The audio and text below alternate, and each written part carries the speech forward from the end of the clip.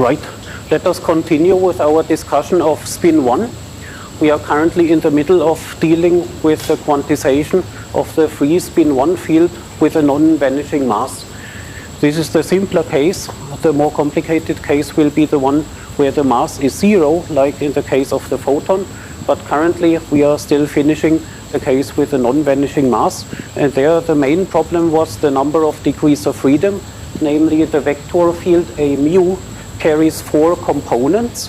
But on the other hand, we know that the massive spin 1 particle has only 3 degrees of freedom, and therefore we had to get rid of 1 degree of freedom by constraints. And in order to solve the quantization of this vector field, we needed an equation of motion, the Broca equation of motion, which led to the consequence that the divergence of this A mu is actually 0. So d mu A mu must be 0. And for the Fourier modes, that means that the epsilon polarization vectors dot p mu, they have to vanish. And so because of that, we spent some time in figuring out a basis of polarization vectors epsilon mu, which are orthogonal to p mu, and we found a basis, and there are of course 3 linearly independent epsilon mu's which are orthogonal to p mu. They differ, so they depend on p, but for each p there is a basis of 3 linearly independent polarization vectors which satisfy this equation.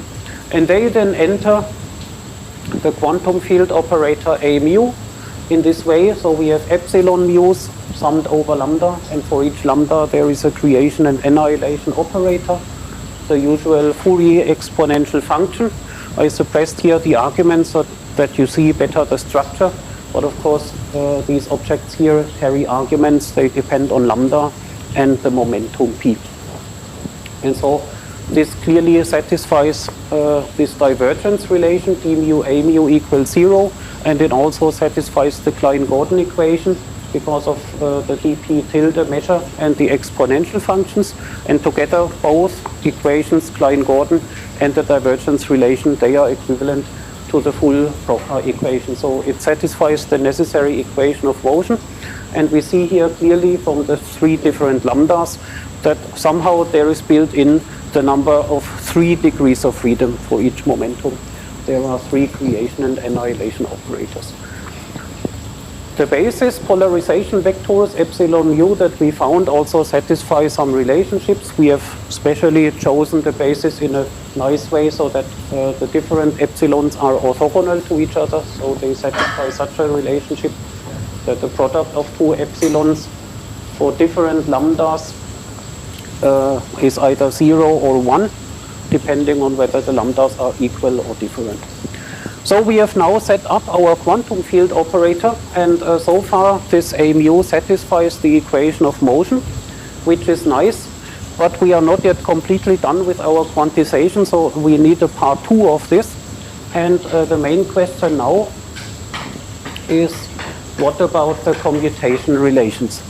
Because we have not yet made sure that our field operator satisfies the required commutation relation, and that is what we need to do today. So let us do that, and in order to do it, we start with a claim, which we will then prove, about a further relationship with the polarization vectors epsilon, because first of all, that next relationship is very interesting and useful on its own, but it also appears in the computation of the commutators. So let's write down this relationship. It's a completeness relationship.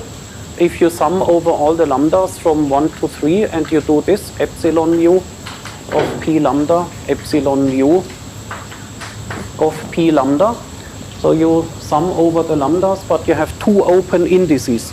You do not contract 2 epsilons, but you regard them as independent vectors, and in this way you create a matrix, a 4x4 matrix with 2 open Lorentz indices mu nu.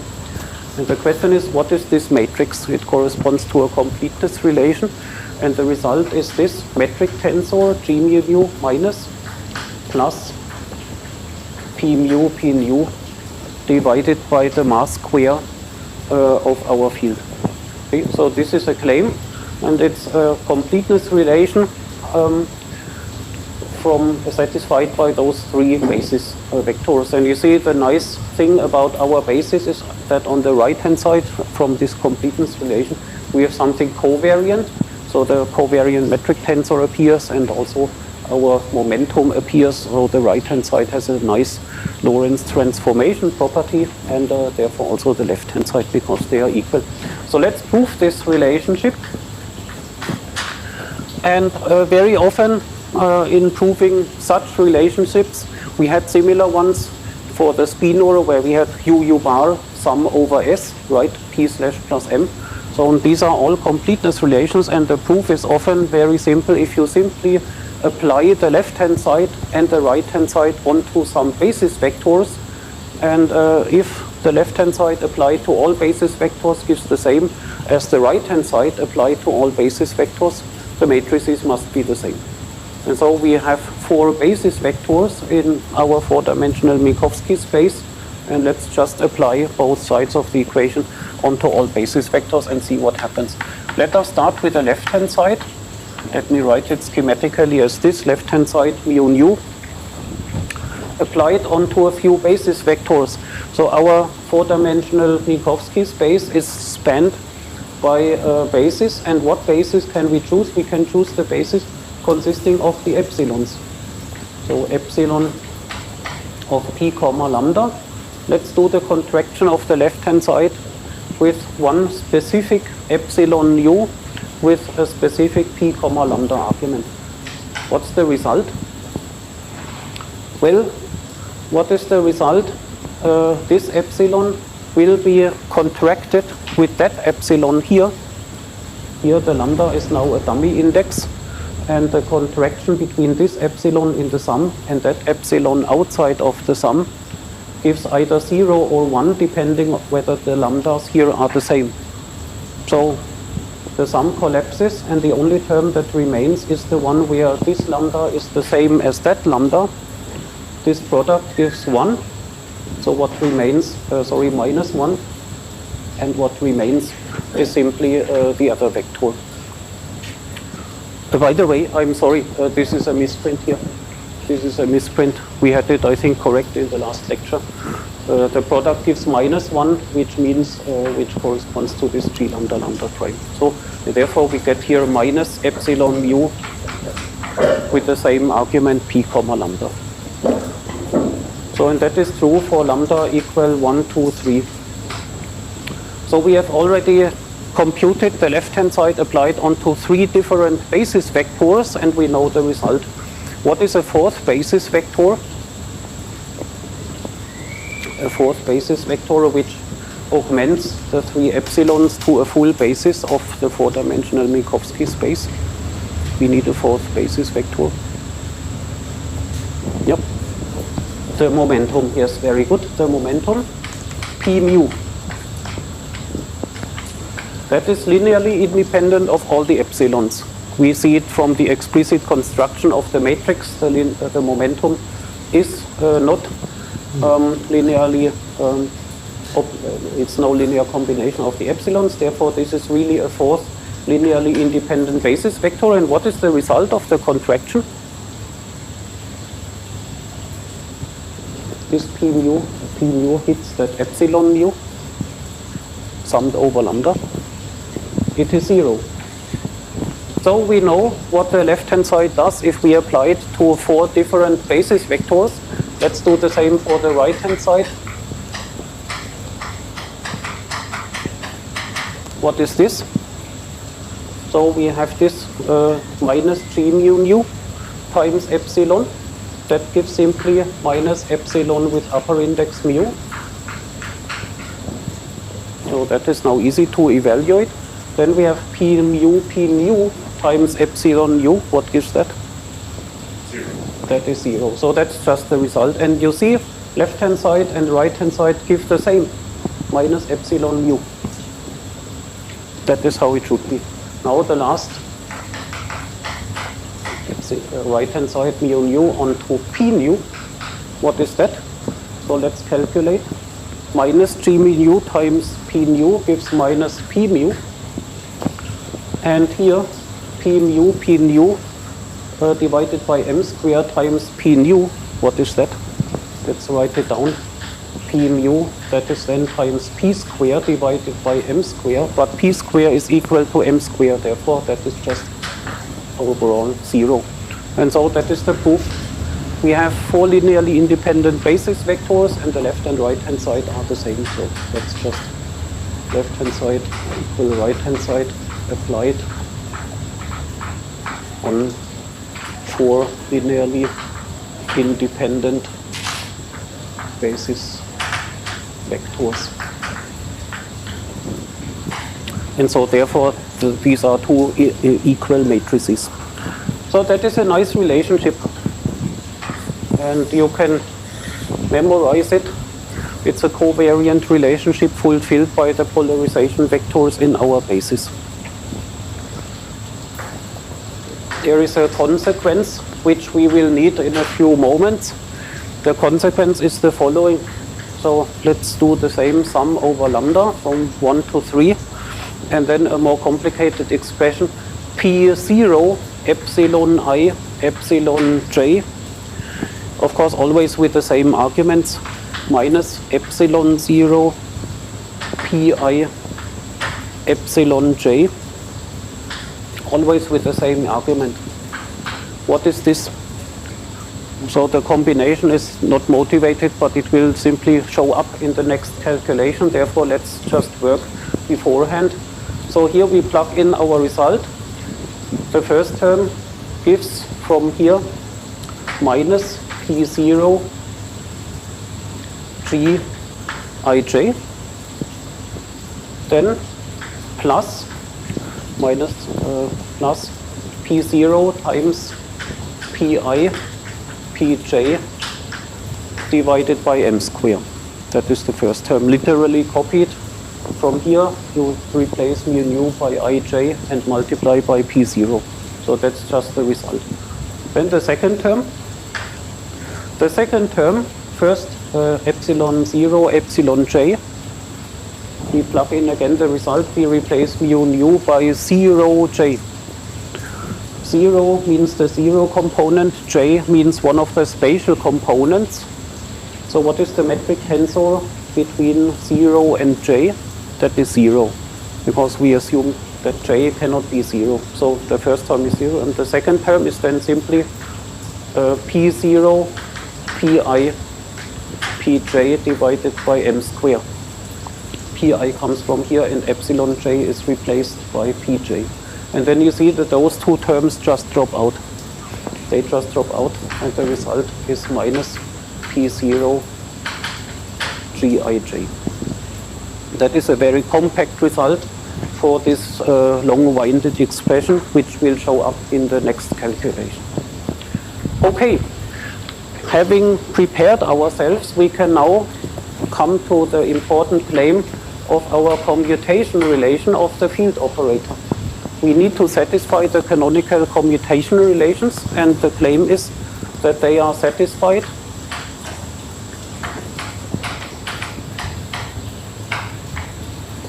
by the following ansatz, namely the obvious ansatz between A's and A deckers. A of P lambda, commutator, with A of P prime lambda prime.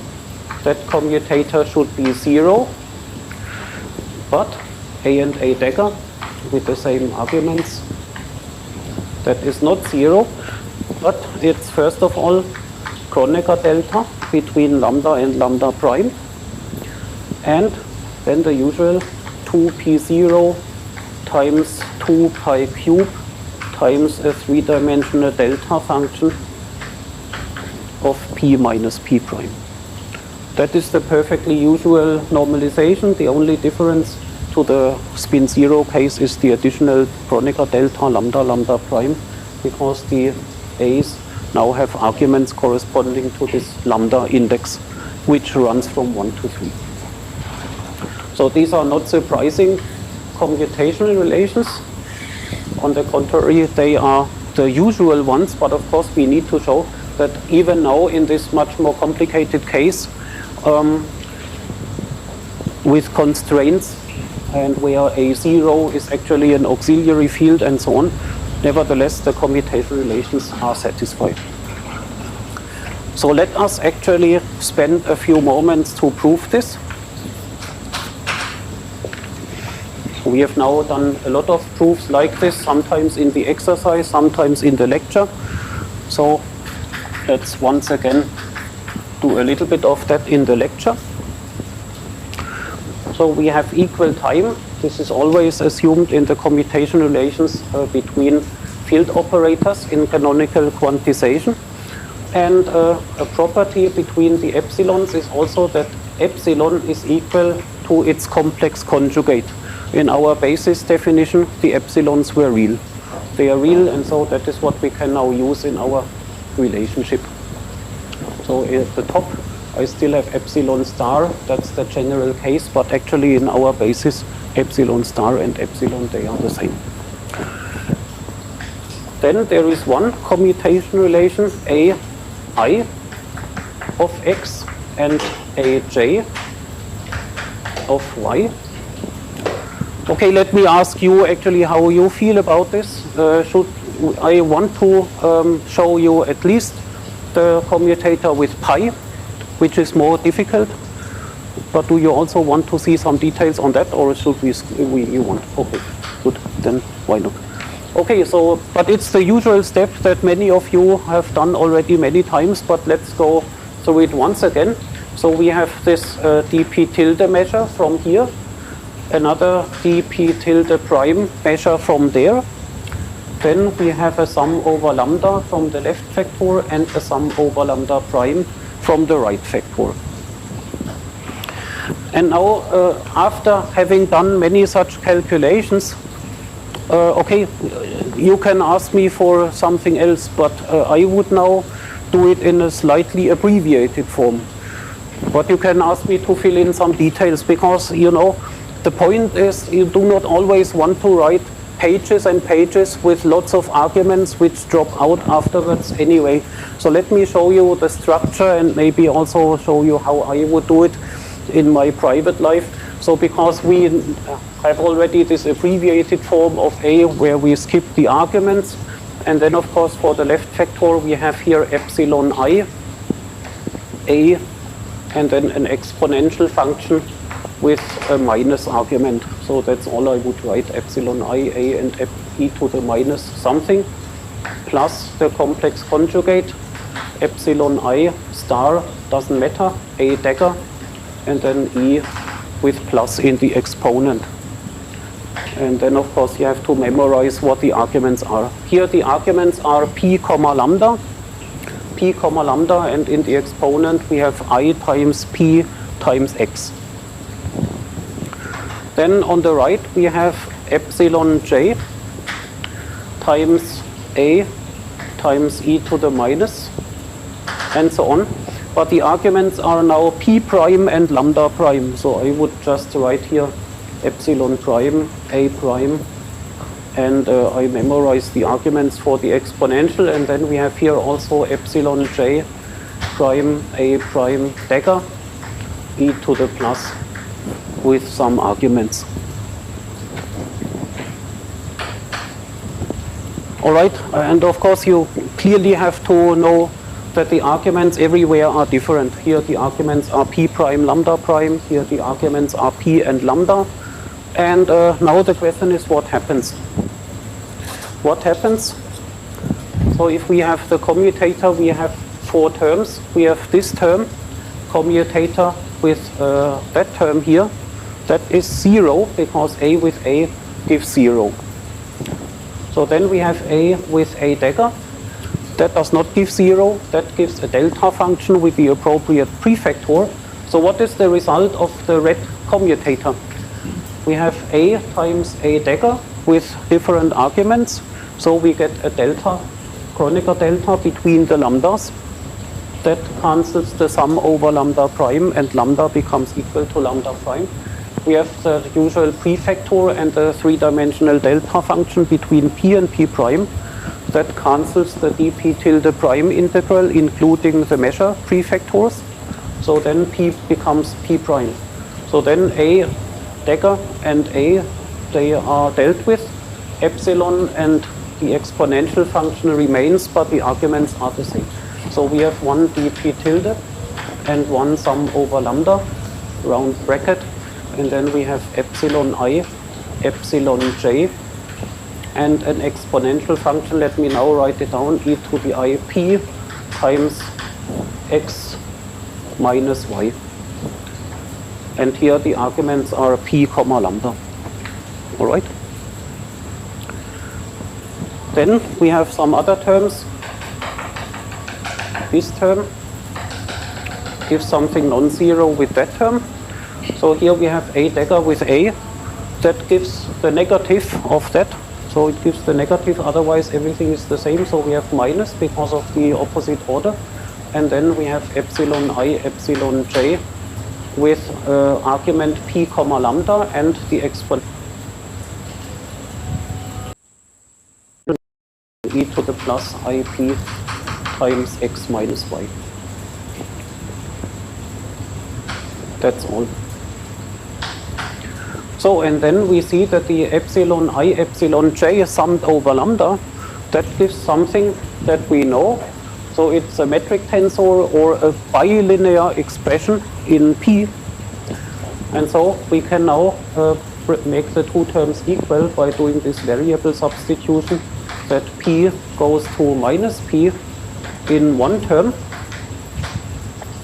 So if P goes to minus P in one term, then here the exponential functions become equal, but the bilinear product here does not change.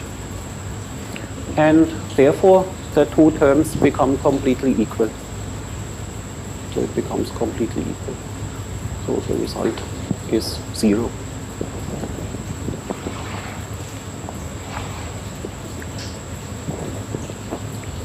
Therefore the result is 0, and that is the correct result for the canonical commutational relation of two field operators.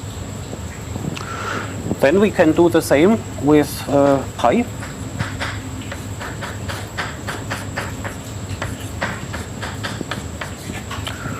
And there it's similar but more complicated, and that expression will appear that we already calculated. But do you have any questions to this? So that is the usual procedure, right? If you want me to fill in more details, let me know. But now the same, but the result will be non-zero.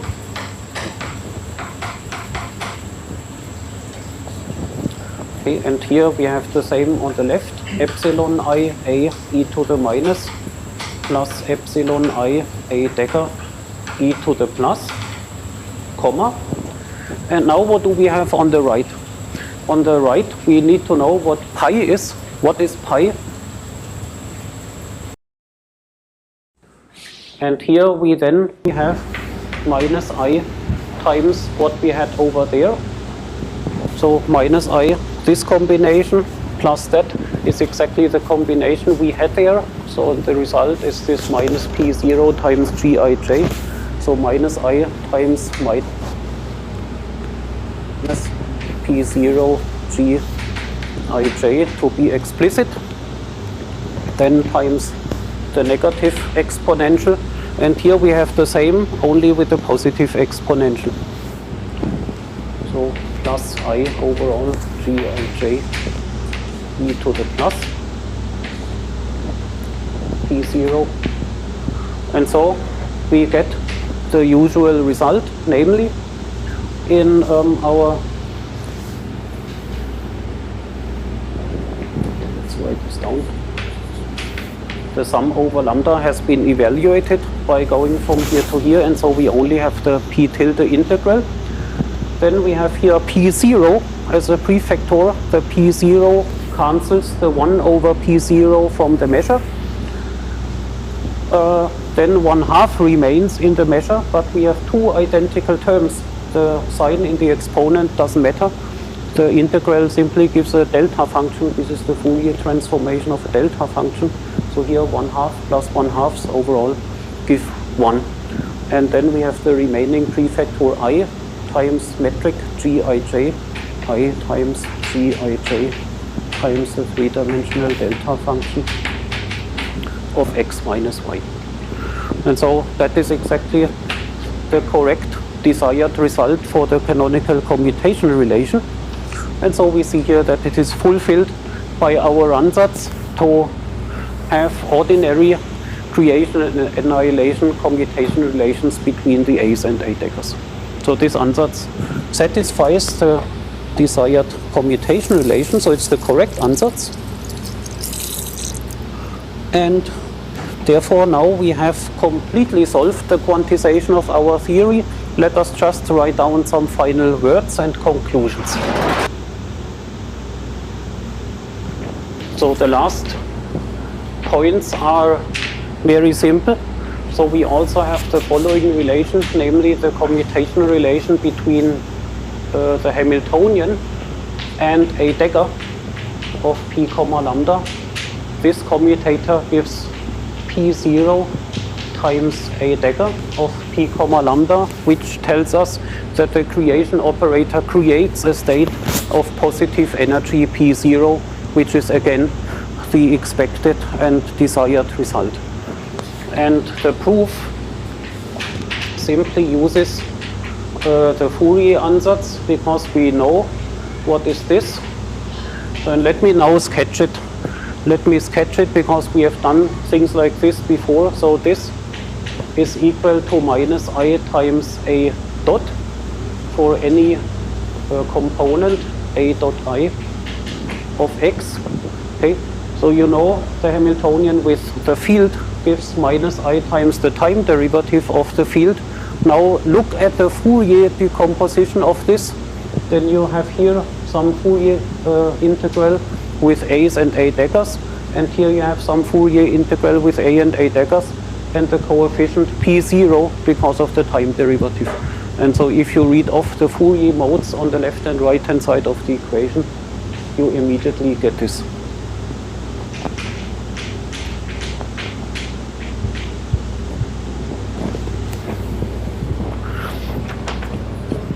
And so therefore we have our final physical interpretation of our theory, okay, almost final. The Hilbert space of states is now constructed. So we have the vacuum state, which so this is modeled after the harmonic oscillator discussion and the spin zero case vacuum, which is annihilated by all the A's.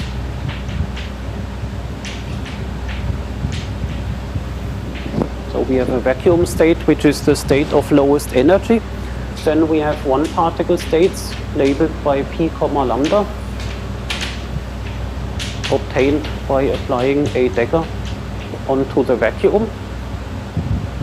And here we have the label lambda, which runs from 1 to 3. So in words we have 3 linearly independent states for each momentum p, where p0 is equal to p vector square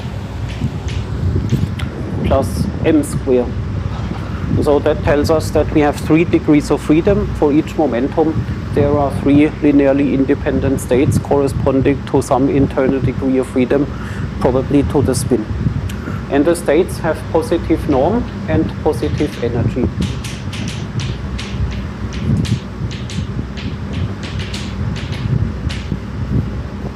Why do they have positive norm and positive energy?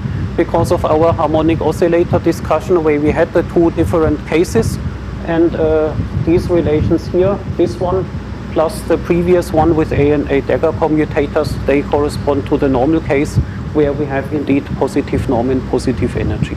So it just matches the general pattern. And then you can create multi-particle states, and these are then bosonic because of the commutation relations.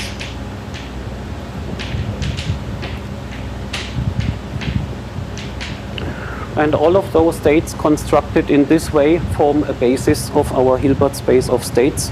And so we have consistently constructed a Hilbert space, and on this space all operators have a well-defined operation because all our operators consist out of A's and A daggers.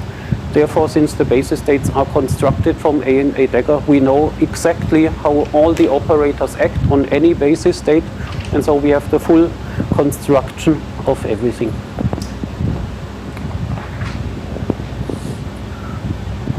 What is the last step in our blueprint that we always apply to spin 0, spin 1/2, spin 1? The last step after having constructed the Hilbert space of states is what? What do we still need to verify? You can think about what remains.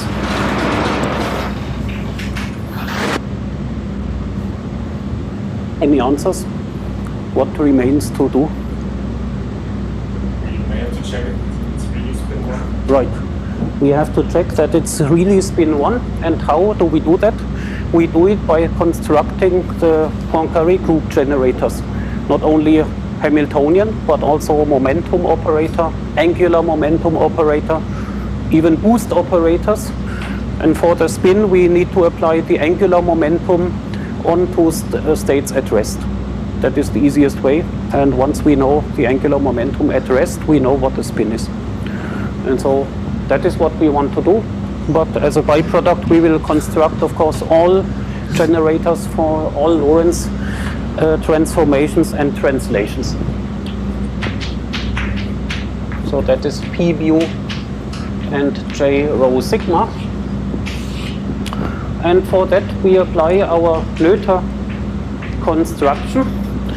We know that we have a symmetry, namely A is a vector field which goes to A prime mu with A prime mu of lambda x plus A is equal to lambda mu nu times A nu of x.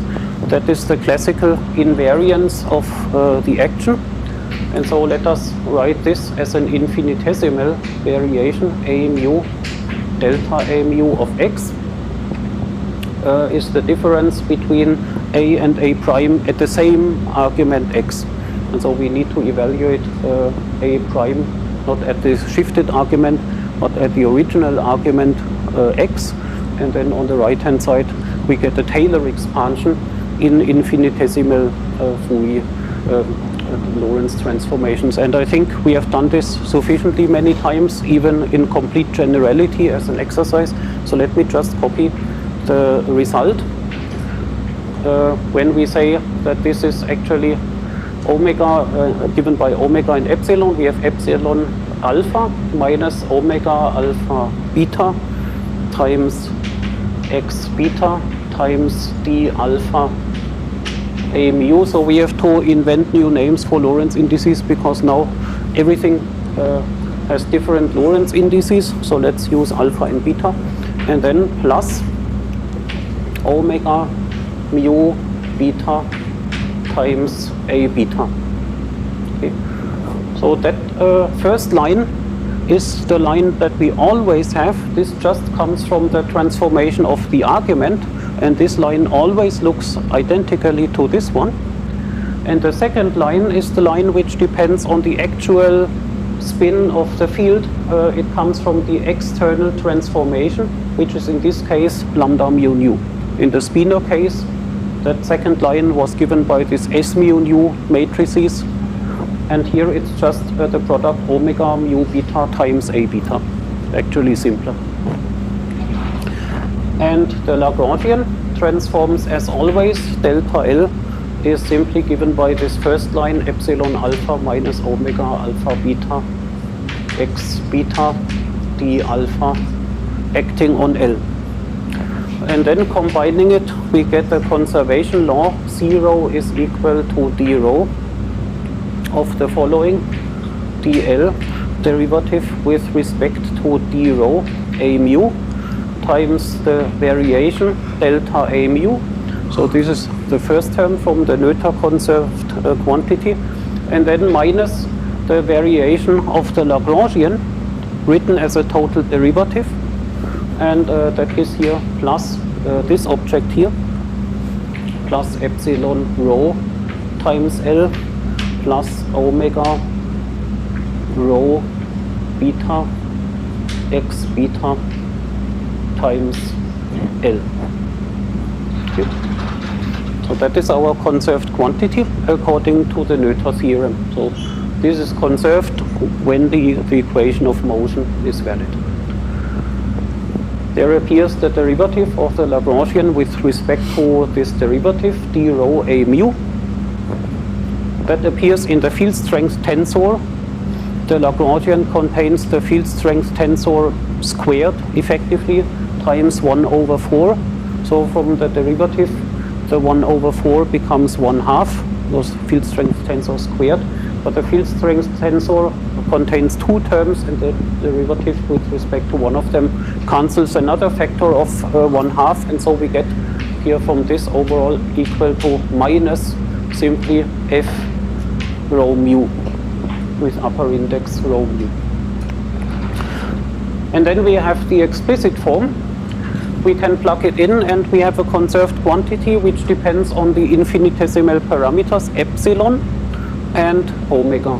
And then we can again read off coefficients in front of epsilon. That is the conserved quantity for translational invariance. And the coefficient in front of omega is the conserved quantity for Lorentz invariance.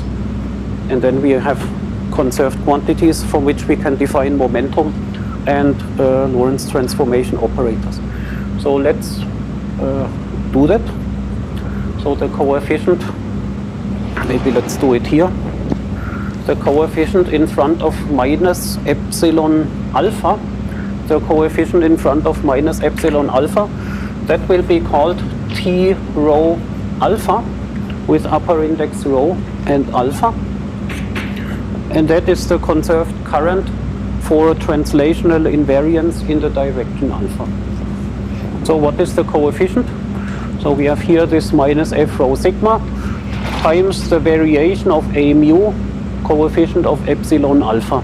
So reading it off, minus f rho mu times d alpha a mu.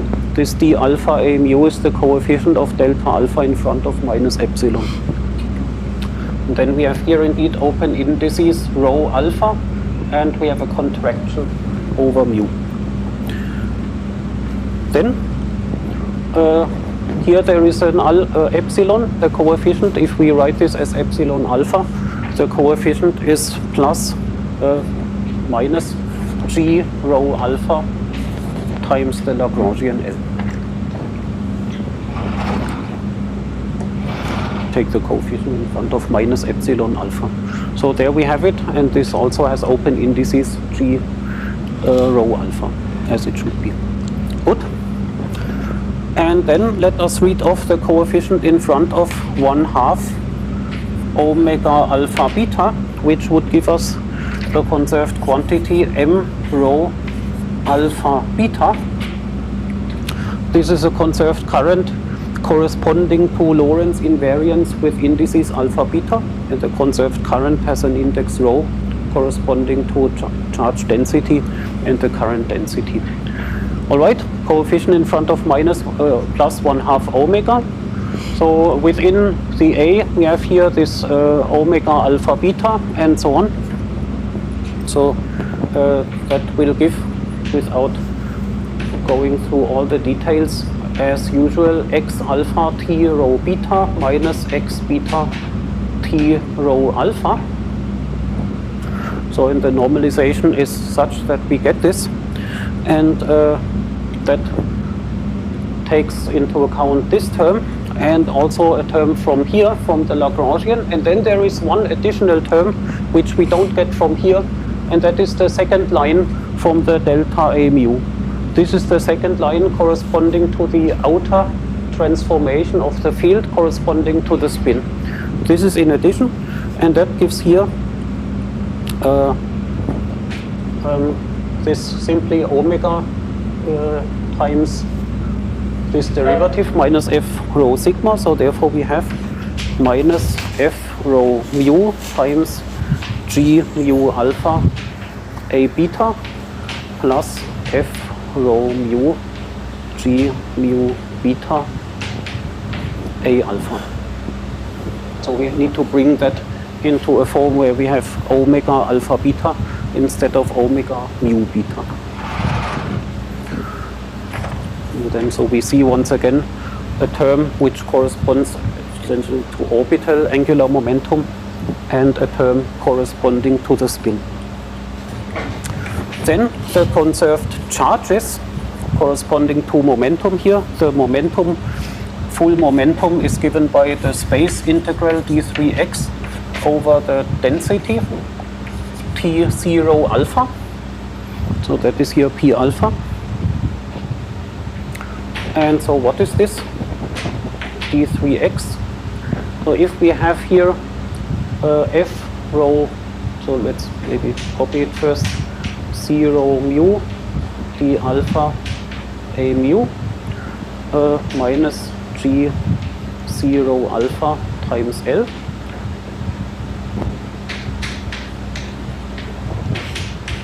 So and what is this actually? F0 mu is plus F mu 0, that is the canonical momentum, right? Pi. The canonical momentum pi was exactly this F mu 0. If mu is 0, then this vanishes and the others are these pi i's. So we have here pi I actually plus pi I times d alpha ai summed over I.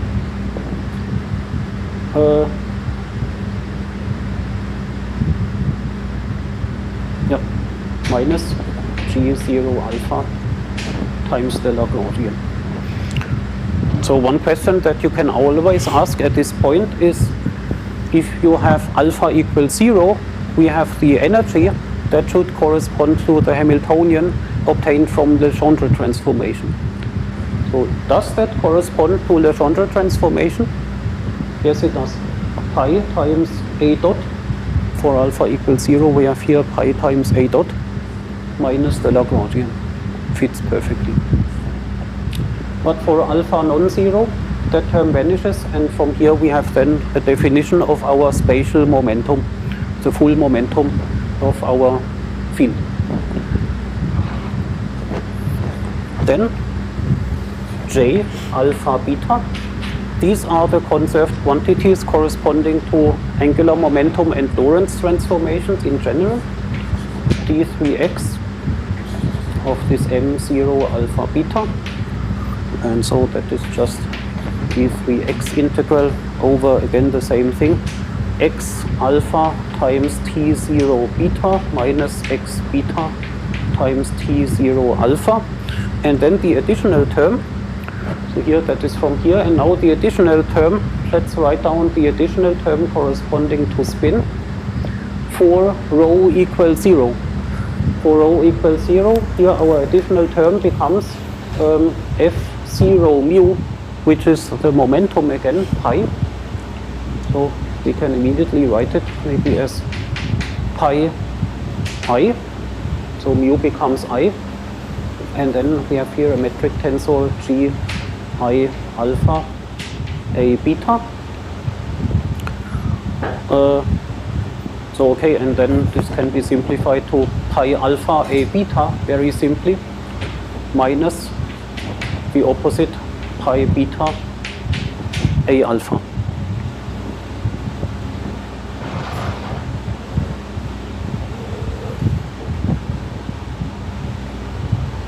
Where we have to know that if we have an index 0, pi 0 is 0, pi 0 doesn't exist. So, but that is our definition of the Lorentz transformation quantities, which can be then used as operators in the quantum theory. So I see here some doubts emerging maybe.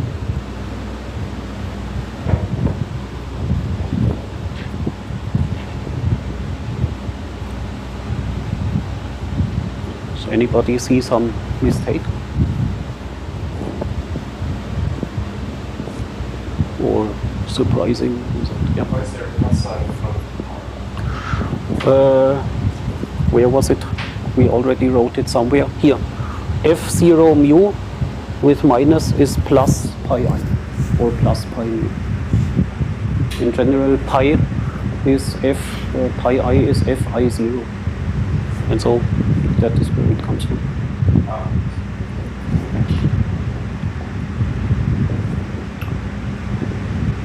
Okay. Now it becomes a little bit dirty depending on how many details we want to do here in the lecture. Because, of course, now we would like to use this definition as a definition in the quantum theory. So we will use that for operators, momentum operator and angular momentum and boost operators, by plugging on the right hand side really the operator expressions into those equations.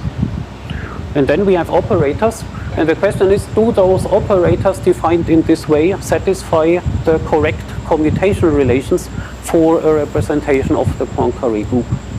And they do. The fact that they do is not a surprise, because it is constructed using Noether's theorem, and in general Noether's theorem guarantees that at least the Poisson brackets for those quantities have the correct structure. And usually nothing happens if we replace Poisson brackets by commutators in the quantum theory. But it's not completely automatic and not completely obvious because of the constraints and the fact that there is not actually a one-to-one correspondence between all the variables a mu and our operators, because we only have ai and pi I as operators instead of a mu. Nevertheless, it works. It has always worked so far, and it also works in this case. But one should check it. We can check it, and I would say we check it for at most one example case, and depending on your input, maybe for 0 cases. So we should now check replace by operators.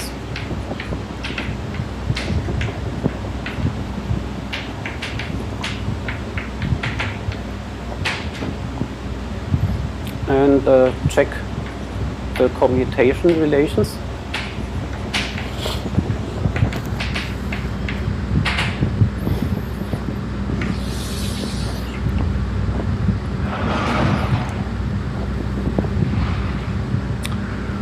And to illustrate why it's not completely trivial, maybe we can do at least a little bit. So what are your comments? How much do you want to do in the lecture? You can do the rest at home on a scale from 1 to 10, where 10 is everything and 1 is nothing. Let's say 4. Okay, 5. Okay. 5, agreed? Or anybody for less than 5? No. For more than 5? Okay. So, all right. Then let me clean the blackboard. Okay, 5 means that we do it a little bit explicitly, and what I want to focus on in particular is that, amongst other things, there are commutational relations involving A0. But A0 is not its own dynamical degree of freedom, but A0 is an abbreviation for this. And so what is in particular interesting, and I think that is what we will focus on, is what are the commutation relations involving this A0. Do they have the structure that we expect? And if they do that, then I think we can believe the rest. That is my proposal.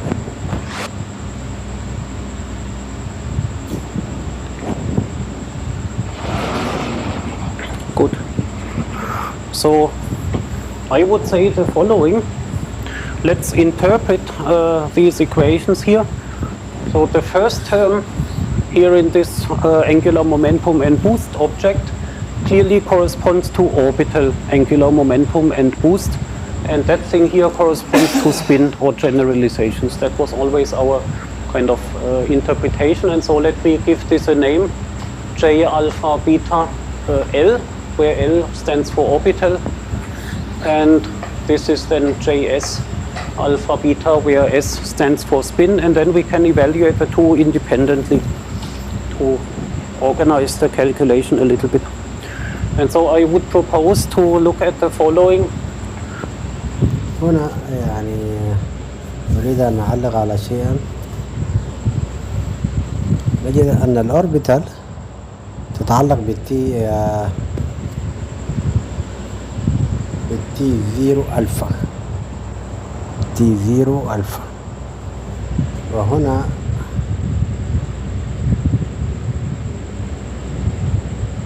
التي رو ألفا يعطينا هذه معادلة أينشتاين أو نقيض معادلة أينشتاين. إذا عوضنا بالتي 0 ألفا،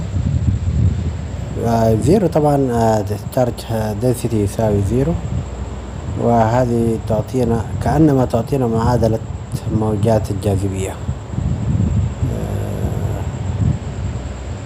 معادلة موجة الجاذبية،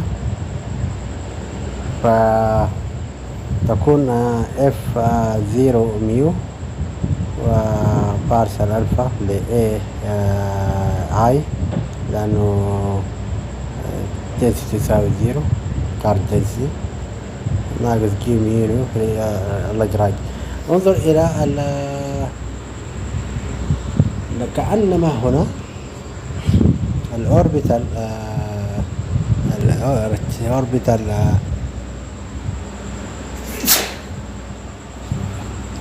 كأنما الأوربيتال روتيشن له علاقة بمعادلة أينشتاين، كأنها لها علاقة بمعادلة أينشتاين.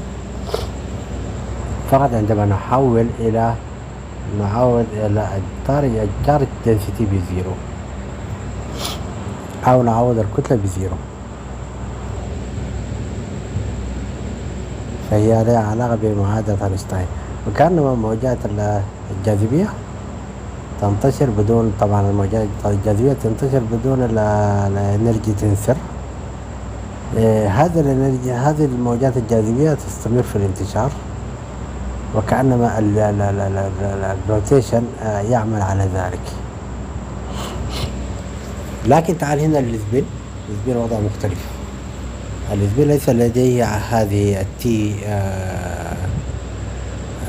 0 ألفا أو تي 0 رو، تي 0 ميو، وإنما تتعلق مباشرة بالباي والإيه.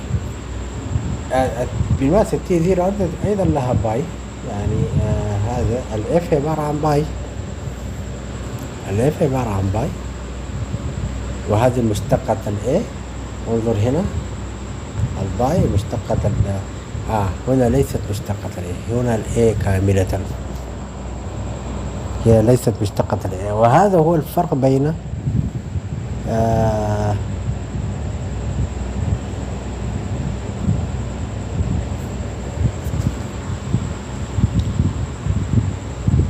هنا الباي ومشتقة الاي، لكن اللاجرانج ايضا فيه باي، اللاجرانج فيه باي ومشتقة الاي برضه، أليس كذلك؟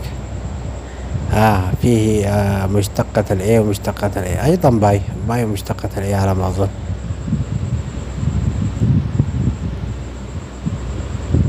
بالتالي ما يفضل من اللاجرانج، ما يفضل من هذه المعادلة هي أنه باي مشتقة الإيه، ما يفضل هي الإم تربيع في إيه ميو على ما أظن هكذا. وهنا نجد أن الباي في الإيه والإيه في الباي.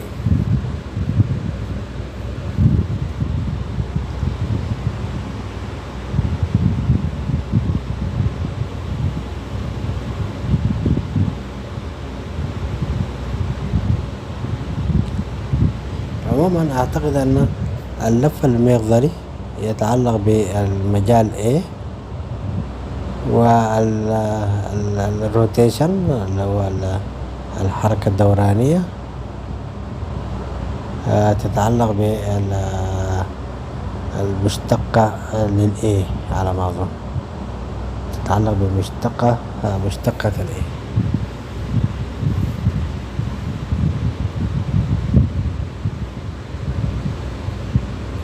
شيء من هذا القبيل. Commutators, namely, now commutator with a head, JL KL of AI. And this commutator will tell us how the field AI transforms under a rotation. This is the generator of rotations. The commutator with the field tells us how the field rotates, basically. And the question is whether we get what we expect. Similarly, we can then do it for the spin, JS KL AI. And of course, only the sum should give the correct expected result for rotations. And then afterwards, I want to do the same for the A0, where it is more complicated. So let's do it for all. So since you wanted a few details,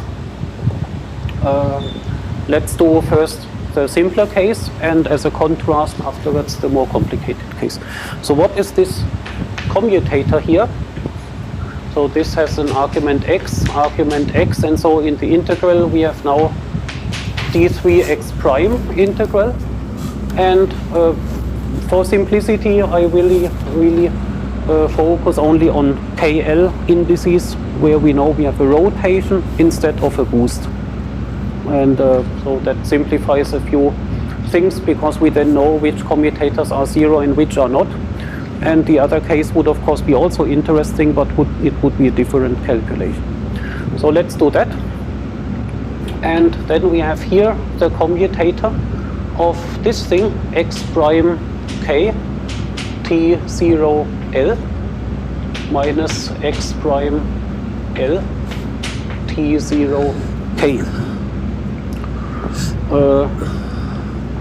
Comma a hat I of x, this commutator. So what happens if we do this commutator? Let's do it on the blackboard. So I need to plug in the value of this T0L. What is T0L? T0L is this object here. This is T0 alpha. So I need to write down this, where I replace alpha by L. So let's do it here. That is the luxury of having a blackboard. So I replace here pi j u dummy index dl a j. Pi j dl a j. And here pi j dk a j. Pi j dk a j.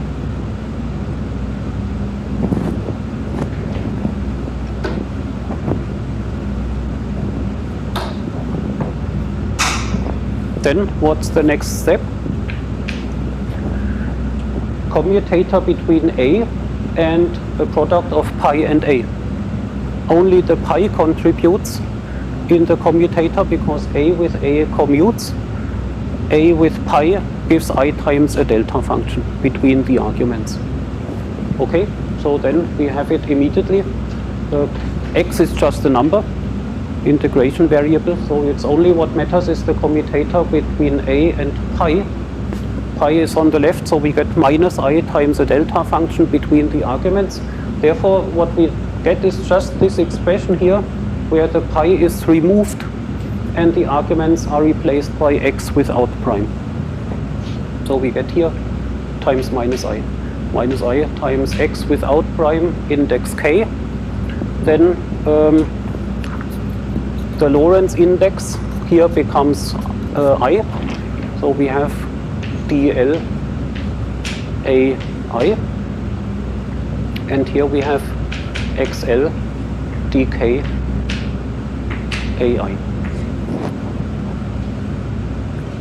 Okay, how does that look like? It looks very beautiful. Let me write it like this. AI can also stand here.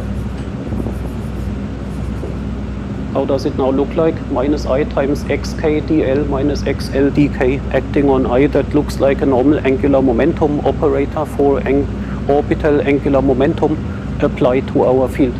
That is exactly what we would expect from orbital angular momentum operators. That So we have a derivative operator acting on AI of x, and here we have the same index AI as we have on the left. What happens if we do the same with the spin d3x prime commutator of this spin part? That is the spin part. So we have pi k al minus pi l ak commutator with ai of x. Then again, it's even easier. We have here pi times a. The commutator gives minus I times a delta function between pi and a. So we have here one term which gives the metric tensor gki between the indices gki times the remaining al minus gli times the remaining ak. Okay. So this is the commutation rule.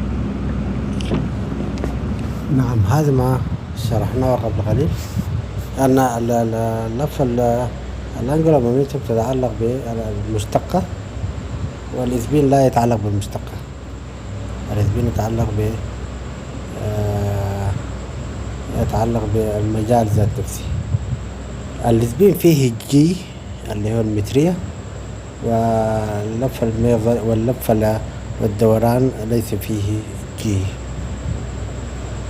طبعا جي لديها تفسير غريب في نظريتي. أينما وجدت جي فإنها تسلك أحد مسلكين في حسب النسبية العامة لأينشتاين. إذا كانت جي بالموجب، جي إذا كانت بالموجب وأينشتاين بالسالب، فهذا يعني أن الجي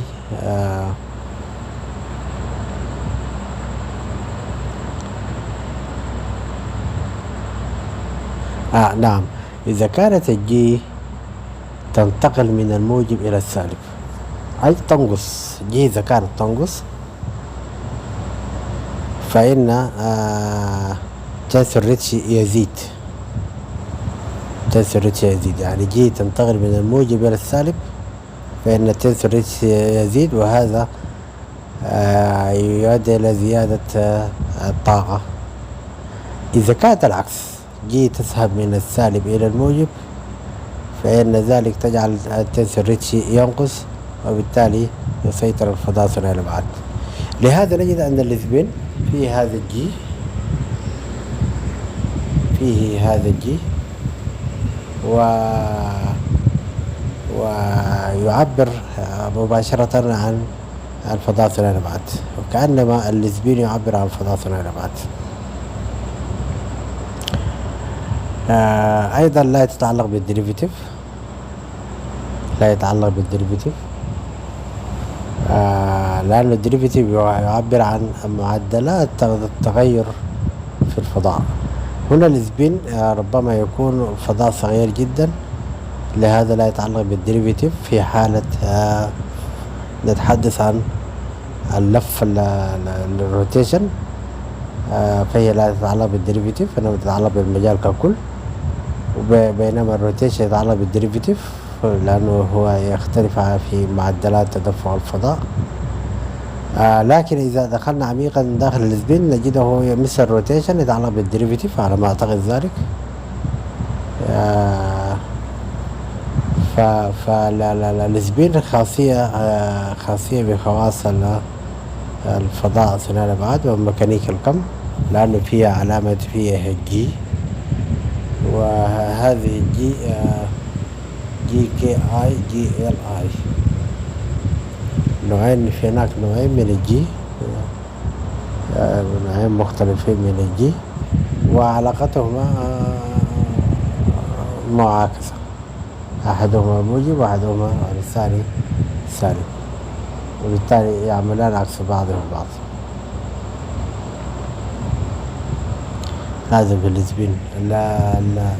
الروتيشن لا يوجد ذلك، إنما يوجد الإكس. الإكس هي عبارة عن نمبر ومشتقة الإي ميو مباشرة، مشتقة الإي ميو مباشرة.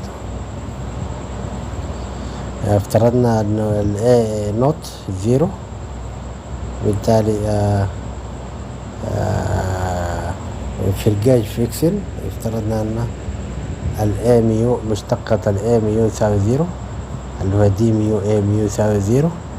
وأوضح ذلك المحاضرة أنه الإي ميو اللي هو الأربع أبعاد تخبرنا أن بعد يعتمد على الثلاث أبعاد أخرى. أحد الأبعاد اللي هو بعد الزمن يعتمد على ثلاث أبعاد أخرى، لهذا تعطينا هذا الخاصية اللي هو دي ميو إي ميو يساوي زيرو.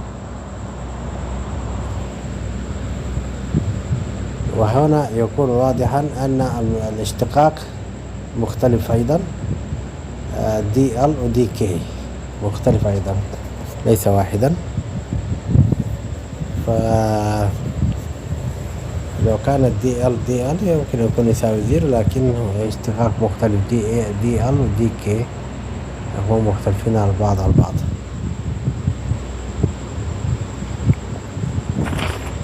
طيب سنحاول نرى كيف يتعلق كل ذلك باللف المغزلي بالسبين 1، كيف يتعلق بالسبين 1 إذا كان الوضع واضح جدا.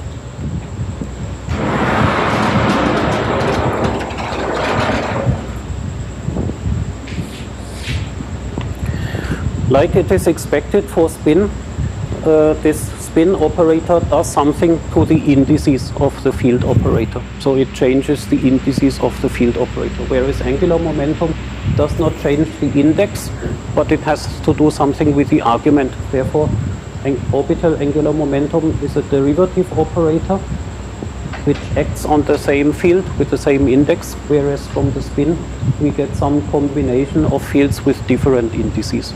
That is the general structure. Now let us do something.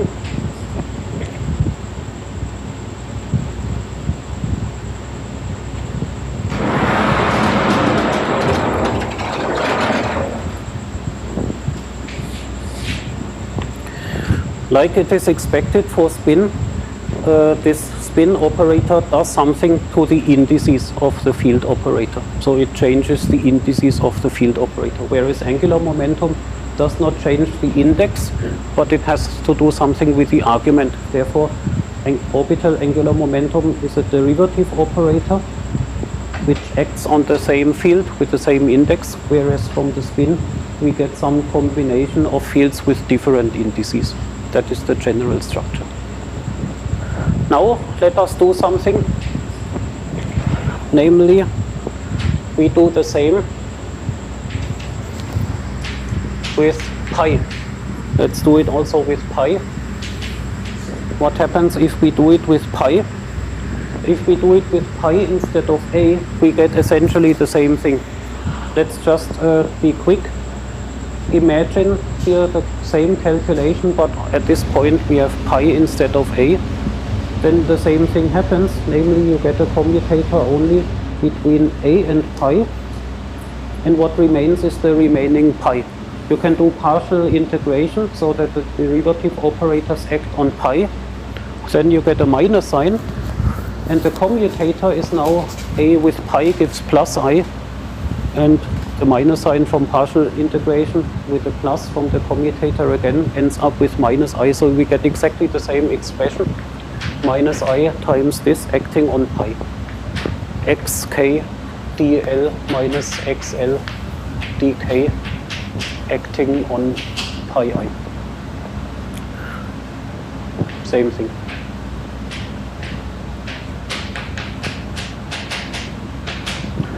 And from the spin part, okay, we have here pi with some index, then again we get the Kronecker or metric tensor between a and pi, and again we have the same structure. I times, this time we have a plus I times g l I times pi k minus g k I times pi n.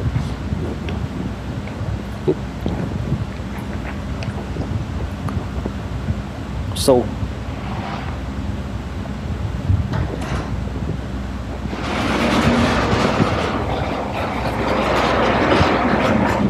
And now the big question is, what is the commutational relation between the full angular momentum operator, including orbital angular momentum and spin? Let us do this with the A0 field. That is the most tricky part, which is the least obvious, and so let us check this. What happens in this commutation? Okay, if we do a rotation of A0,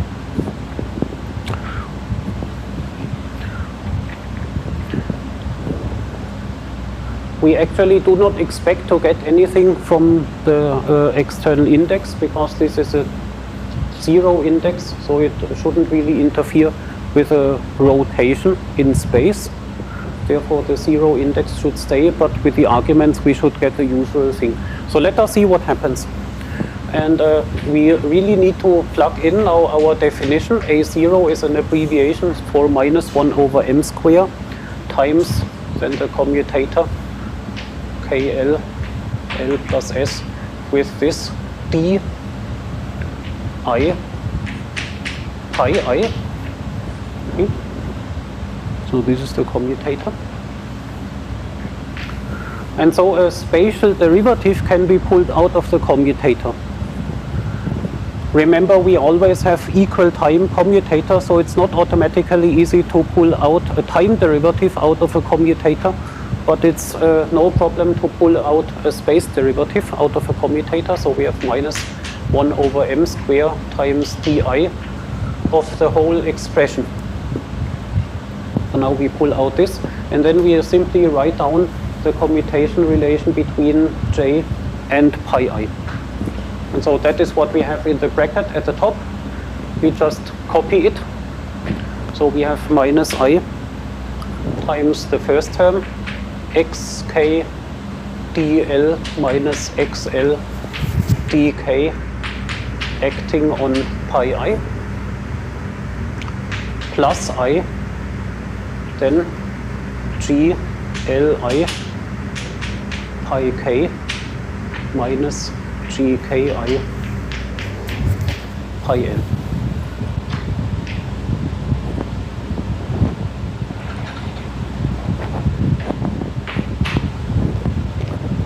So what do we get?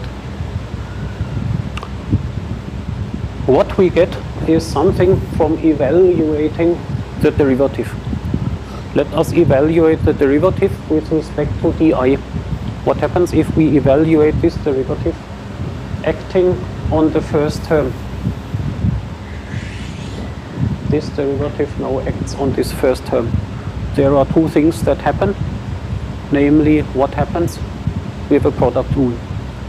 We have a product rule, and the di appears on the one hand acting on the variable xk, and on the other hand it acts on the pi. So let us exhibit explicitly the terms that we get when the di hits the variable xk and xl. What happens in that case? So something else plus the term where the di hits the variable xk. What is the result of that? In the bracket we have then -I times metric tensor between I and k, d I k dl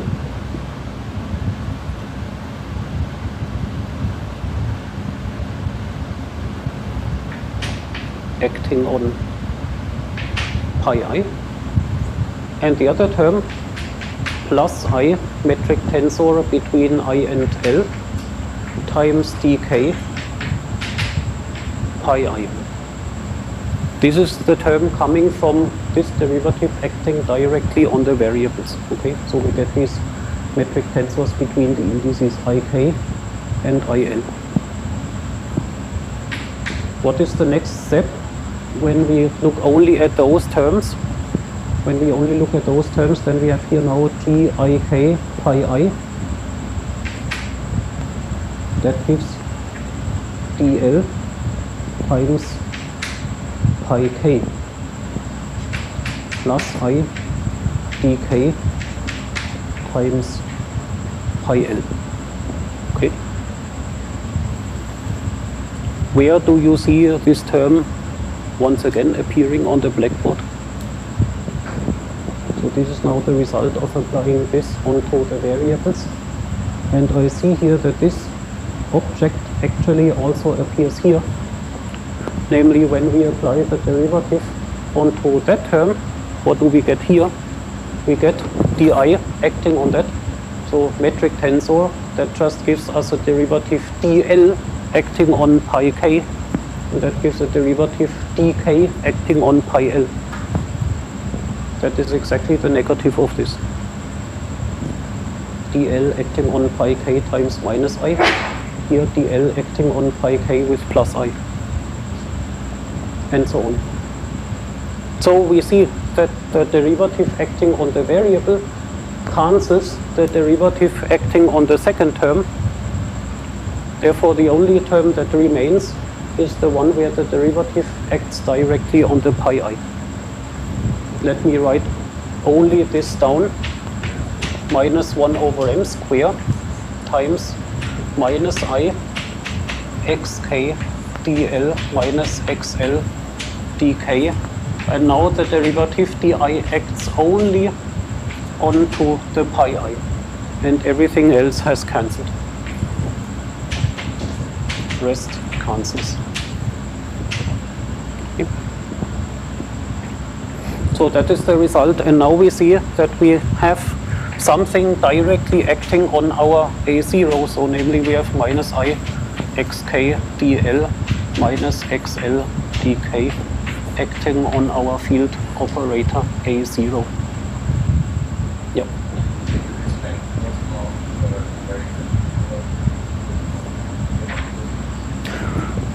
Because the commutator is defined for equal times, but the commutator has anyway argument x here. So we know what the commutator is for any value of x. Therefore, we can pull out the derivative with respect to x and still know what is the commutator for any x and take the derivative.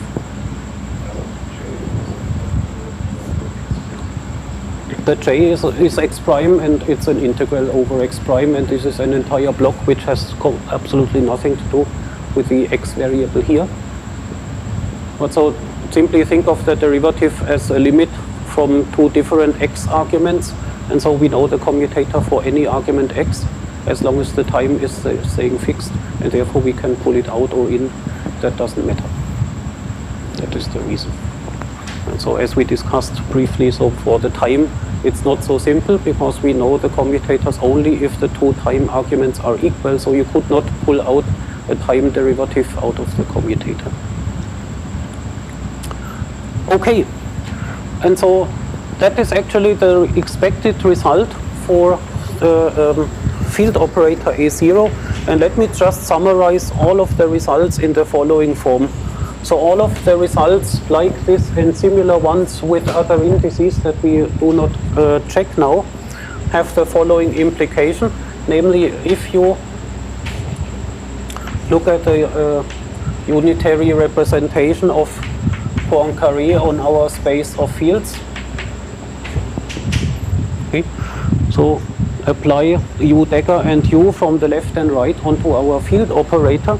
Then from the current calculation we see, at least for this example with index KL, that this is equal to a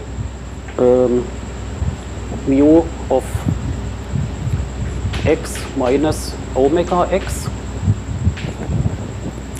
plus omega mu times a mu of x. Okay. So for one example we have checked exactly this equation. You know, because this equation here, if you expand the u operator, then of course you get here minus I over 2 times omega times j. you take the index omega KL, then this extracts the commutator of A with JKL that we have evaluated, and the result is compatible with the shift in the argument. The shift in the argument always corresponds to exactly this differential operator acting on the field, and this object here corresponds to the second term that we had at one point. Where did we have it? Here. This exact expression here corresponds to this additional term.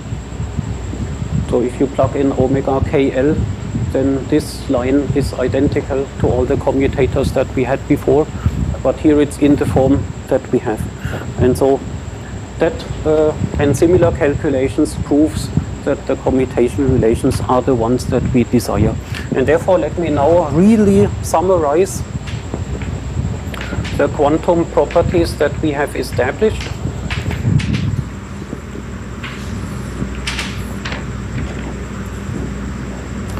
So what did we obtain?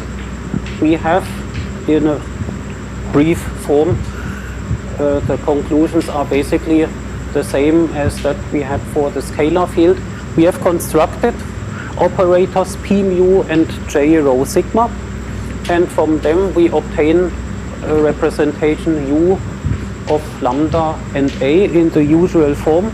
The operators are Hermitian, they satisfy the correct commutation relations, and therefore we know that this is a unitary representation of the Poincaré group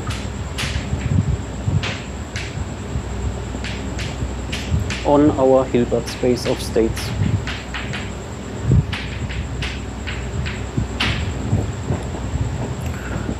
So we have a correctly relativistic quantum theory, and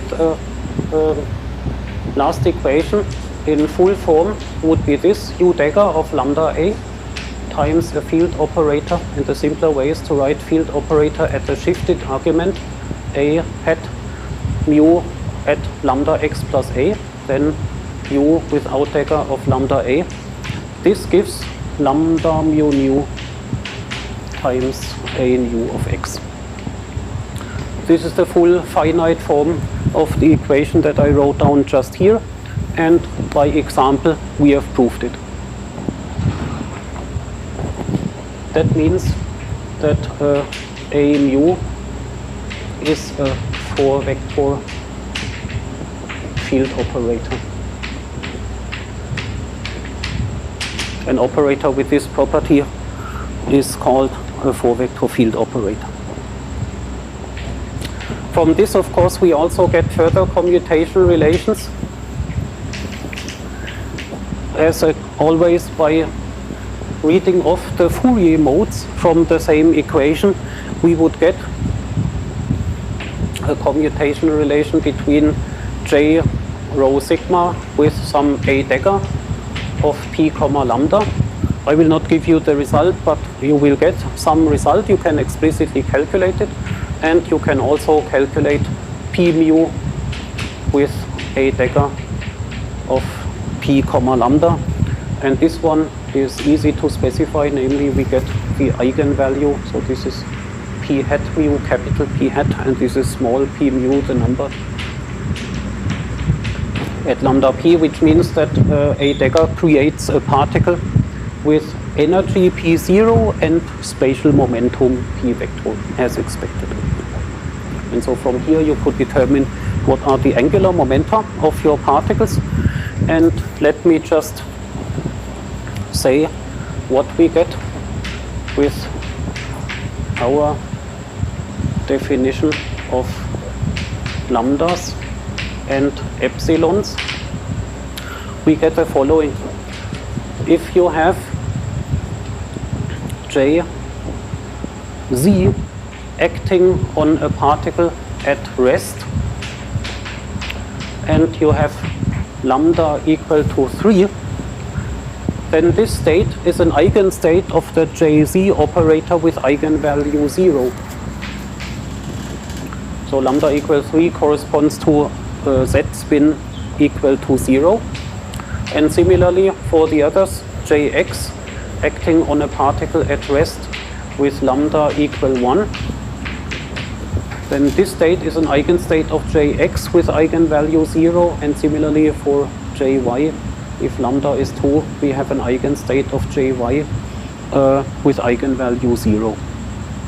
So we have constructed eigenstates of the 3 different angular momentum operators, but you could also act with Jz onto those states, and then you do not get 0, but you get something non-zero. And let me just write down, if you act with J vector square on any such state at rest, then you get J times J plus 1 acting on the same state at rest with J equal 1, of course. And that proves that we have spin 1 here. So, okay, Blackboard is full, but you can write some final nice words into your notebooks. So this proves that the theory we have constructed is a fully relativistic quantum theory with a unitary representation of the Poincare group. All operators are fully constructed. The space of state is fully constructed. All states have positive norm, which is not so trivial as we saw. All states have positive energy, which is also not so trivial as we saw. The field operator is a proper 4-vector field operator, despite this different treatment of A0. We know all the commutation relations, and the particles described or created by the field correspond to massive spin 1 particles with mass m and spin 1. So, and they are bosonic. So that is the final result. And with this, we have completely treated our spin 1 case for the massive case. And so for the last 10 minutes today, we will just make a few more comments. And the next time, we will, of course, start with a massless case, which is a little bit more tricky. Any questions? Yep.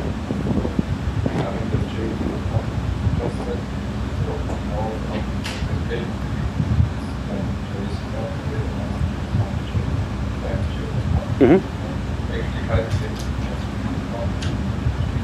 That is the logic. That's exactly the logic. Yep. Other questions? Yep. Right. Very good. Okay. So one comment is on the massless or high energy limit.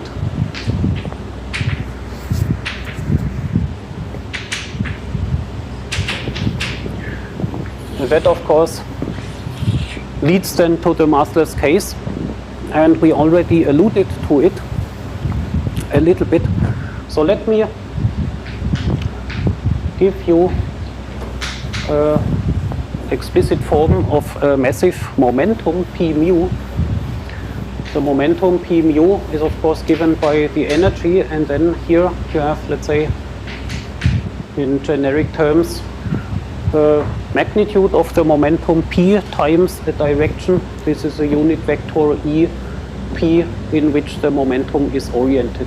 And the relationship is E square is equal to P square plus the rest mass square. Then we had as a comparison our epsilon for lambda equal 3. What was our third epsilon? Our third epsilon was similar to the momentum, but it had energy and momentum here reversed. So we had here P over M, and here we had E over M times the same unit vector. And then this epsilon satisfies all our conditions. It is really orthogonal to the momentum 4-vector, and it is also orthogonal to the other epsilons. But obviously it has a structure which is quite similar to the structure of the momentum. And now, what happens if P mu over M goes to infinity? This is either the massless limit or the limit of infinitely high energy for a fixed mass, but it's the same limit. Anyway, in physics, only dimensionless ratios matter. And so what happens in this limit? In this limit, all components of both vectors here become infinitely large. All components here become infinite, all components here become infinite. And something else happens, namely, they become equal, because the energy and the magnitude of the momentum for very, very high energies become the same. Since the mass becomes irrelevant, so the difference between E and P really goes to zero. Let's make that explicit. What is E minus P? So both become infinite, and what is the difference? Does it become small? Does it stay finite? Does it go to zero? What does it actually do? Or does it also go to infinity? So relatively they become closer and closer, but actually it goes to zero. So because we can write this as if you solve this equation, E square minus P square is equal to M square, then of course this is the same as that because of binomials formula, right? So and then you see that here both of them individually become infinitely large, and therefore that difference goes to zero. So two variables each go to infinity, but they come infinitely close, and so therefore component by component those two vectors become equal. So P mu over M minus epsilon mu for lambda equals 3 go to zero component-wise. That is interesting to know. And so now we have to, let's say, drop something. Often probability amplitudes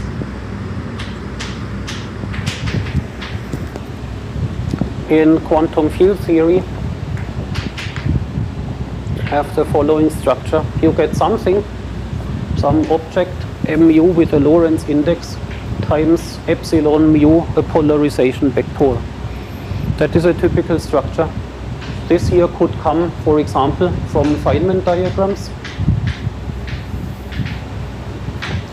And this here comes from our photon or spin 1 particle. So some matrix element between spin 1 particle state and some other states easily will give rise to something that involves this epsilon, because that appears in the field operator, and some remainder. The whole thing is then Lorentz invariant, and it depends on this epsilon mu. And the combination here means a probability amplitude. Now in quantum mechanics, probabilities are the squares of such probability amplitudes, and probabilities must be smaller than 1. Otherwise the interpretation doesn't make sense. Therefore it must not happen that this expression blows up and becomes infinitely large. It must be bounded by some number depending on the exact prefactors and everything, but it must be bounded. So whatever we do here in this limit, the expression must be bounded by some real number, or the magnitude must be bounded. And how can it be bounded if all components of this here individually become infinitely large?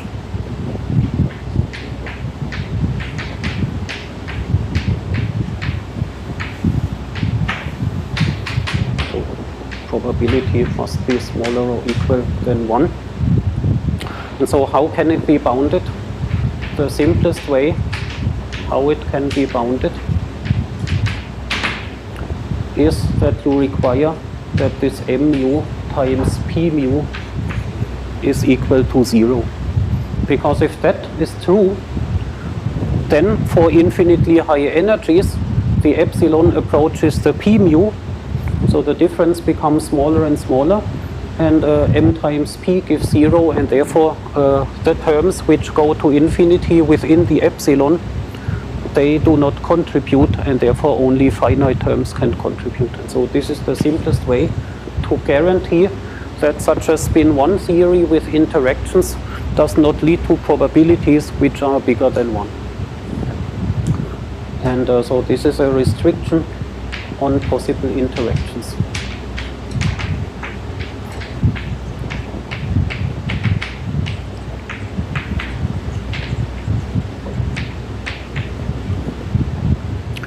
And in the same sense, you can take the massless limit. If you take the massless limit, then of course again the third epsilon becomes equal to the momentum.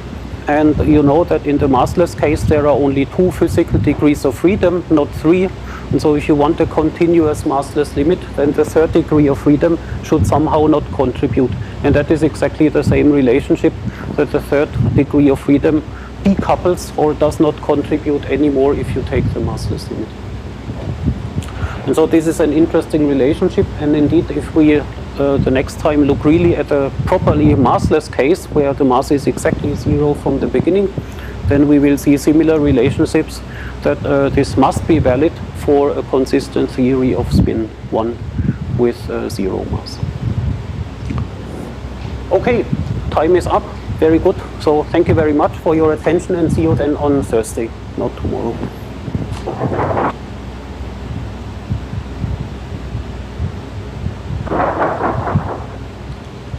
طيب تعال نرجع قليلا. For a consistent theory. تعال نرجع قليلا هنا. هنا في شيء غريب جدا.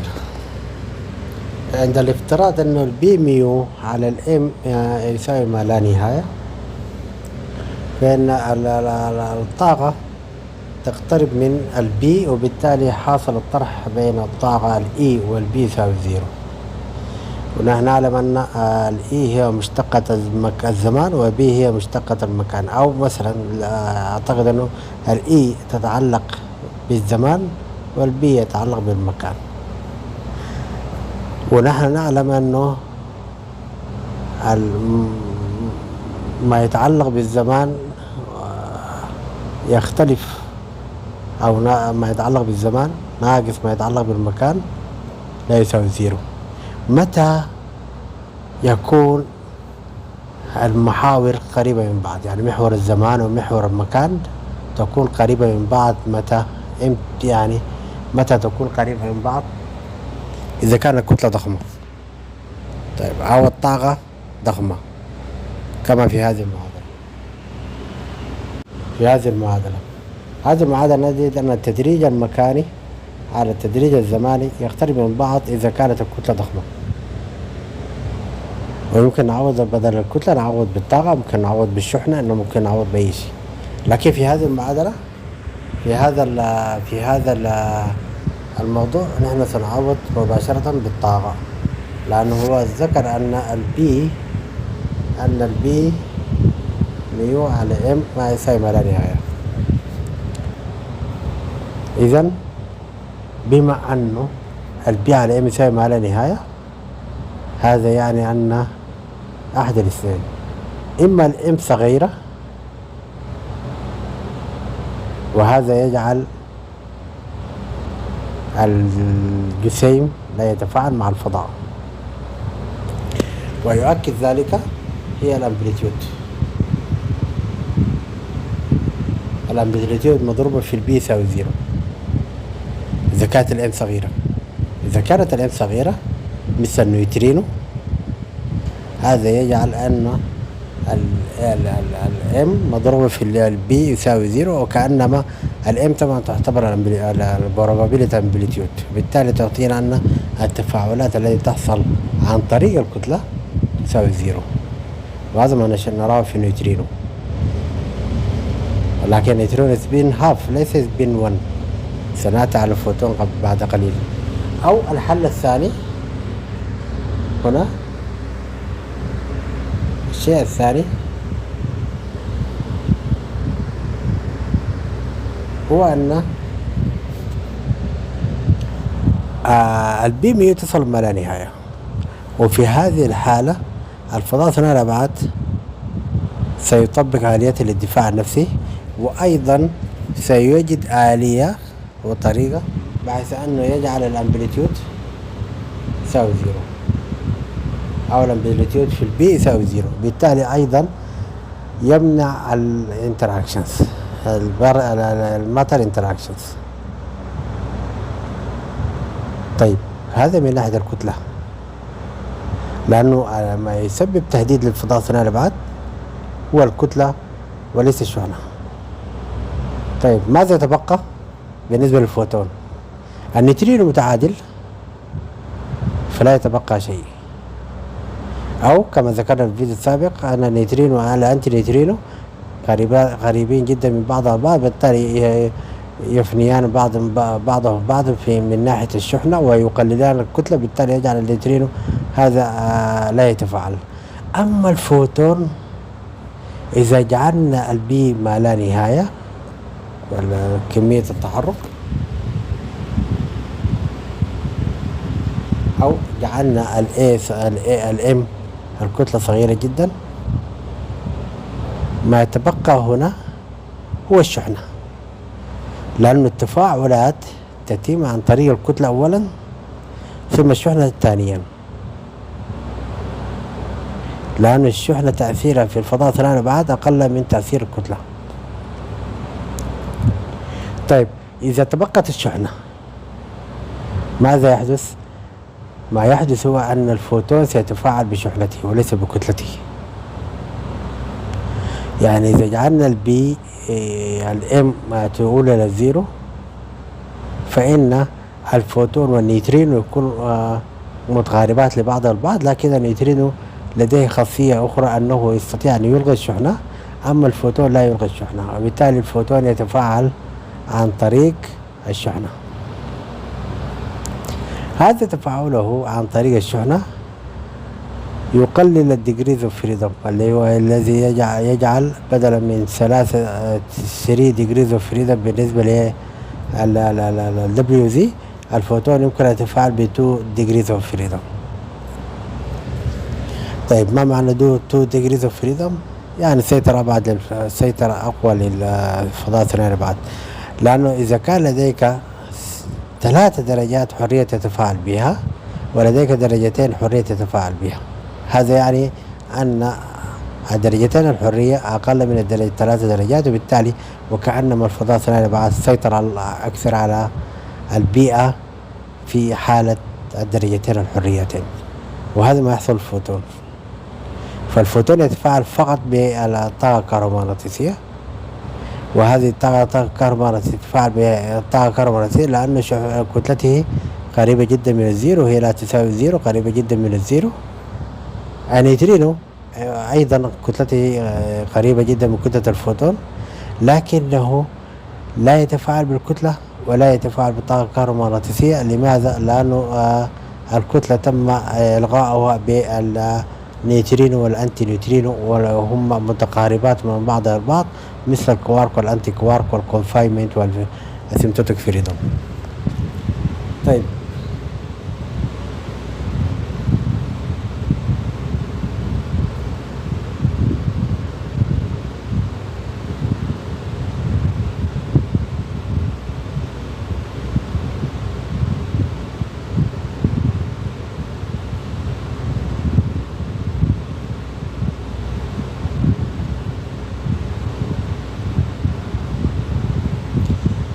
إذن هنا نستطيع أن نقول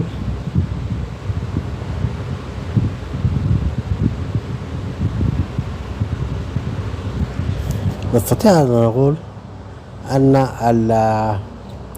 البروبابيل امبليتيود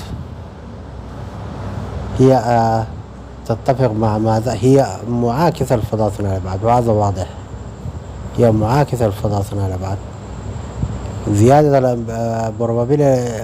probability amplitude يعني ماذا؟ يعني تقليل الفضاء ثنائي الأبعاد، لكن لا يمكنها أن تصل إلى 1. إذا وصلت إلى 1 هذا يعني تفاعل 100%، والتفاعل 100% سيجعل الفضاء ثنائي الأبعاد يفعل آليته مرة أخرى ويحاول أن يقلل هذه probability amplitude.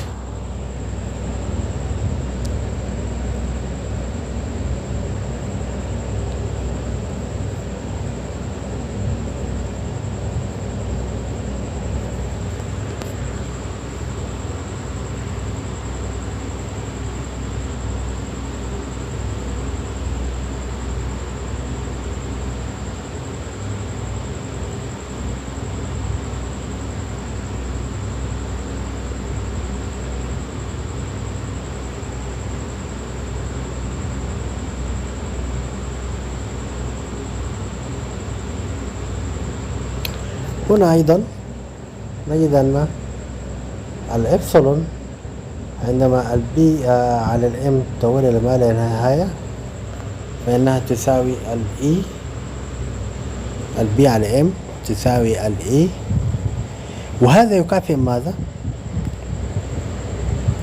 يكافئ دوال السنش أو جيب التمام الزائد وجيب الزائدي. لو تتذكرون أننا في الفيديو السابق اللي هو 14 بي تحدثت عن الجيب الزائد وجيب التمام الزائدي، وذكرت أنه بالنسبة للإبسلون فإن أي واحد من البي ولا الإي وتغيرها مع الكتلة بسبب الجيب الزائدي يمكن أن تعطينا ندرس الإبسلون ويمكن أن تعطينا انديكيشن مباشرة على تغير الكتلة وتطور الكتلة.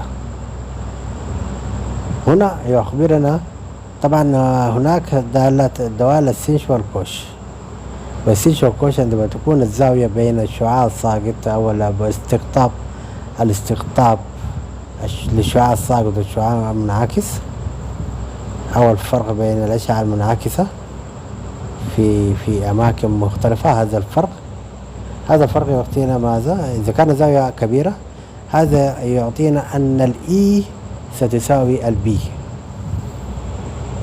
أن الإي ستساوي البي في هذه المعادلة، أن الإي ستساوي البي، وبالتالي ماذا يحدث للإبسلون؟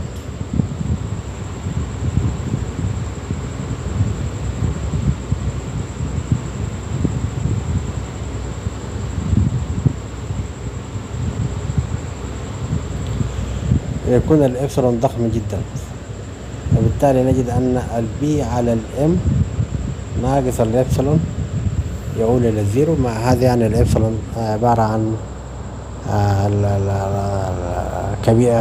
عبارة عن رقم كبير جدا جدا، عبارة عن رقم كبير جدا جدا.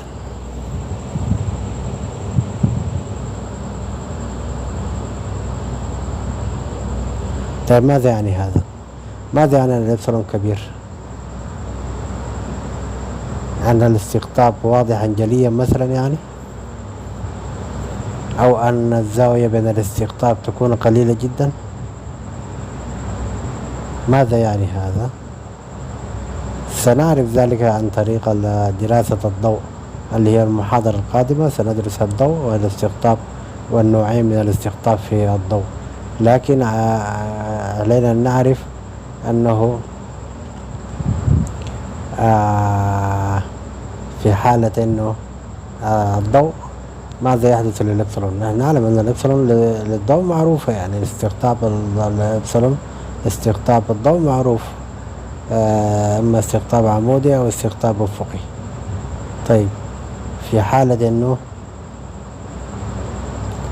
الدوال الزاوية ضخمة بين الاستقطاب بين محاور الاستقطاب، ماذا يعني هذا؟ أنا حقيقة أنا مهتم في هذا الموضوع. لماذا؟ لأنه هذا الاستقطاب سيخبرنا مباشرة عن الكتلة، مباشرة سيخبرنا عن الكتلة وتطور الكتلة. لهذا أنا مهتم جدا أن أعرف كيف تتصرف إبسلون في البيئات المختلفة، حتى أعطي تفسيرا دقيقا جدا أو تنبؤا دقيقا جدا عن ما يحصل للكتلة في بداية الكون، ما يحصل للكتلة في التفاعلات الدون الذرية عند أزمنة صغيرة جدا جدا، ما يحصل للكتلة بالنسبة للمادة المظلمة والطاقة المظلمة. كل ذلك تستطيع إبسلون أن تخبرنا به. إذن الحلقة القادمة ستكون مهمة جدا، وسنحاول إن شاء الله أن نتبين فيها أكثر. السلام عليكم ورحمة الله.